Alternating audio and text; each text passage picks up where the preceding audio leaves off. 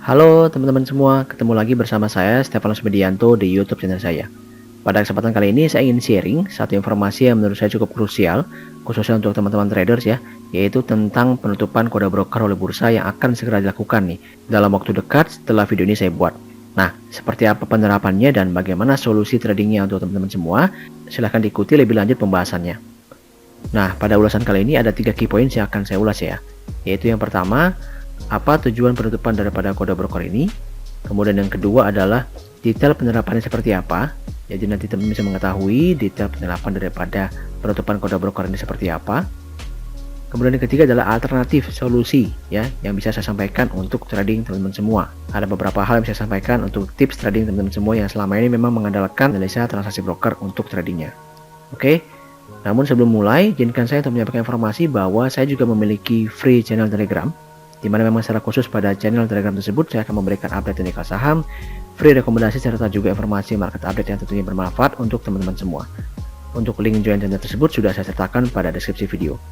Dan jangan lupa juga bahwa akan ada event free webinar secara berkala ya untuk pelatihan analisa teknikal dasar yang hanya diperuntukkan untuk member SM Saham. Oke, kita mulai saja pembahasannya. Nah, sekarang kita bicara mengenai tujuan penutupan daripada kode broker ini. Ya, harap diperhatikan secara seksama.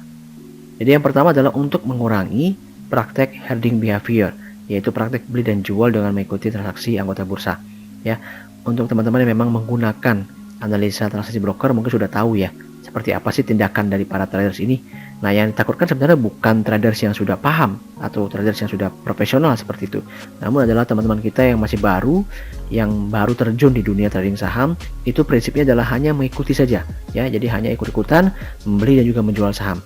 Nah, masalahnya adalah kebanyakan para pelaku pasar yang masih baru itu hanya tahu beli, ya, tapi tidak tahu keluar. Jadi dia hanya dapat informasi untuk membeli saham A karena ada broker ini yang melakukan pembelian. Namun ketika nanti broker melakukan penjualan, dia bingung sendiri tuh gimana exitnya. Akibatnya ya begitu, banyak yang beli di pucuk dan akhirnya nyangkut karena tidak bisa keluar, karena tidak pernah tahu exit plan-nya seperti apa. Nah, itu yang ditakutkan oleh bursa. Oleh karena itu sebenarnya penutupan ini cukup positif ya untuk menghindari hal tersebut. Nah, memang akan berdampak juga kepada sebagian besar pelaku pasar yang memang mungkin selama ini mengandalkan analisa ini. Oleh karena itu nanti akan ada beberapa tips-tips ya ataupun alternatif solusi yang akan saya sampaikan untuk membantu trading teman-teman semua. Nah, yang kedua kita bicara adalah merupakan best practice yang dilakukan oleh bursa global teman-teman semua ya. Jadi memang sudah lama sekali mereka melakukan penutupan kode broker ya dengan tujuan untuk mengurangi kebutuhan akan bandwidth data.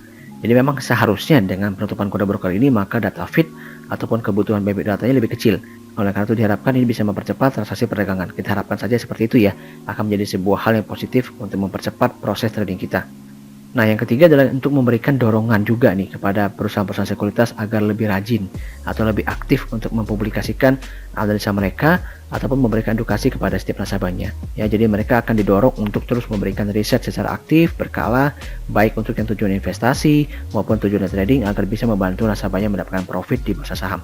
Nah, itu adalah 3 hal yang sebenarnya menjadi tujuan daripada penutupan kode broker ini. Oke.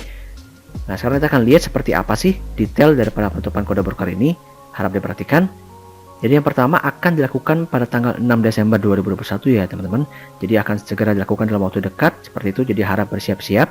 Kemudian yang kedua adalah penutupan kode broker ini hanya dilakukan pada jam trading bursa. Nah, ini harap diperhatikan. Jadi hanya dilakukan pada jam trading bursa. Jadi bukan dihilangkan ya, hanya ditutup pada jam trading bursa. Nah, kemudian yang ketiga adalah dilakukan pada bagian running trade dan juga menu-menu lainnya yang menyampaikan informasi ini. Nah, seperti berikut ya. Ini adalah contoh gambaran dari salah satu aplikasi sekuritas yang mungkin teman-teman sudah mengetahuinya ya. Ini adalah informasi running trade ketika terjadi perdagangan pada harga saham tersebut. Dan informasi buyer dan seller ini yang menampilkan informasi broker ini akan ditutup. Jadi akan dihilangkan dari layar kita seperti itu. Nah, contoh lainnya adalah sebagai berikut. Ya, ini juga ada contoh running trade dari aplikasi sekuritas lainnya. Jadi di bagian sini, jadi ada informasi broker buy dan juga informasi broker sell, itu juga nanti akan ditutup seperti itu. Jadi informasi broker yang akan ditutup adalah pada running trade dan juga menu-menu lainnya yang memang menampilkan informasi tersebut pada jam trading bursa. Nah, berikutnya kita akan perhatikan seperti apa sih nanti bisa kita akses informasi tersebut ya. Jadi setelah penutupan jam trading bursa sebenarnya nanti informasi ini tetap bisa diakses teman-teman semuanya. Jadi bukan dihilangkan, hanya ditutup pada saat jam trading bursa. Jadi ini akan bisa diakses melalui apa saja ya. Tetap dapat diakses melalui pertama menu broker summary. Ya, jadi kalau misalkan di aplikasi sekuritas teman-teman semua sudah memiliki menu broker summary, maka nanti setelah jam perdagangan bursa ditutup, itu bisa kembali diakses seperti itu. Ya, jadi ada buyer dan seller ini bisa kita dapatkan informasi rekapitulasinya seperti itu.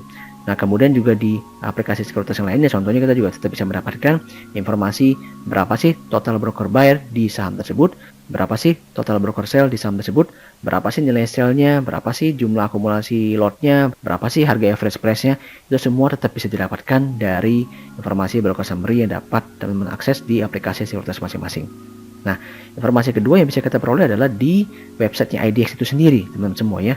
Yaitu misalkan di sini, di bagian data pasar, kemudian di ringkasan broker, ini nanti teman-teman bisa mendapatkan informasi transaksi brokernya sebagai berikut.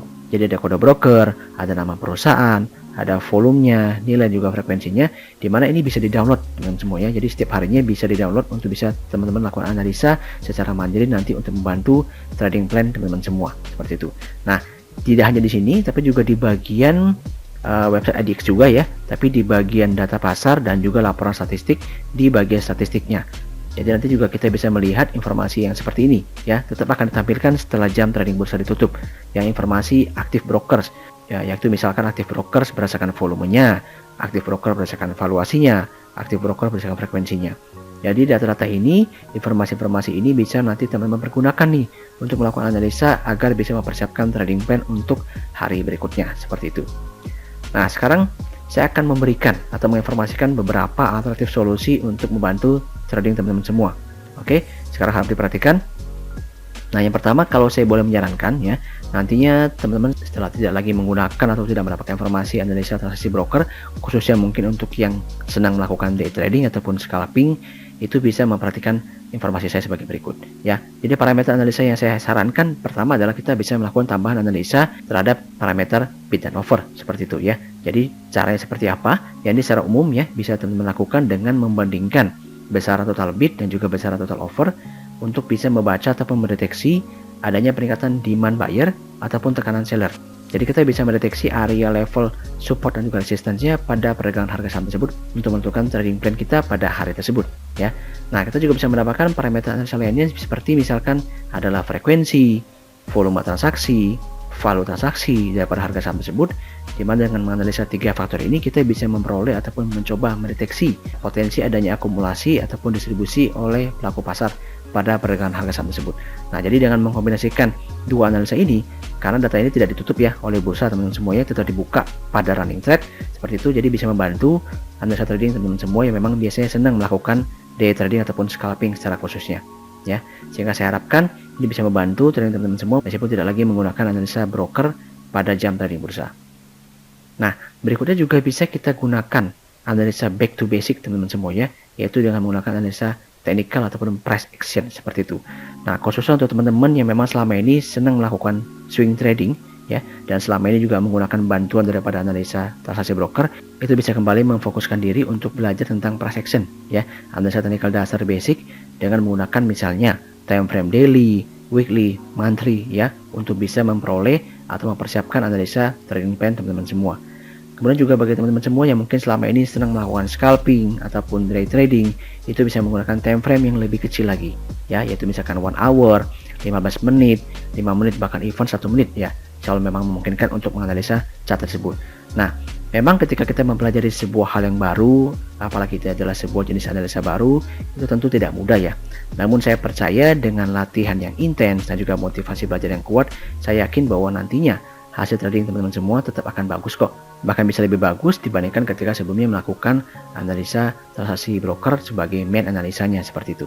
Nah, jadi dicoba dilatih, dikombinasikan analisa price action-nya ya sesuai dengan time frame masing-masing, sehingga nantinya bisa membantu keputusan beli dan jual kita itu bisa menjadi lebih baik. Nah, yang ketiga adalah kita juga bisa menambahkan ya indikator-indikator teknikal volatilitas lainnya. Jadi di sini ada cukup banyak sih sebenarnya indikator teknikal volatilitas, namun saya pilihkan yang populer saja, ada 2 ya. Yaitu yang pertama, kita bicara mengenai stochastic oscillator seperti itu. Dimana indikator itu sangat-sangat membantu sekali untuk teman-teman yang ingin melakukan swing trading ya, misalkan, atau juga bisa melakukan day trading. Jadi bisa mempertimbangkan parameternya sebagai berikut. Jadi kalau misalkan untuk melakukan swing trading, itu bisa mengubah parameter defaultnya menjadi 1433 seperti itu. Sedangkan yang ingin melakukan day trader ataupun scalper itu bisa menggunakan parameter 533. Jadi tergantung kenyamanan teman-teman semua. Ya, kenapa bisa 1433 dan juga 533? Karena ini adalah berupa konfigurasi ya, setting terhadap reaction daripada stochastic oscillator ini. Ya, sedikit cerita mengenai stokastik. Ini adalah sebuah indikator yang digunakan untuk mendeteksi potensi reversal daripada sebuah pergerakan harga. Oleh karena itu dia memiliki area oversold dan juga overbought dengan sinyal daripada golden cross dan juga dead cross seperti itu.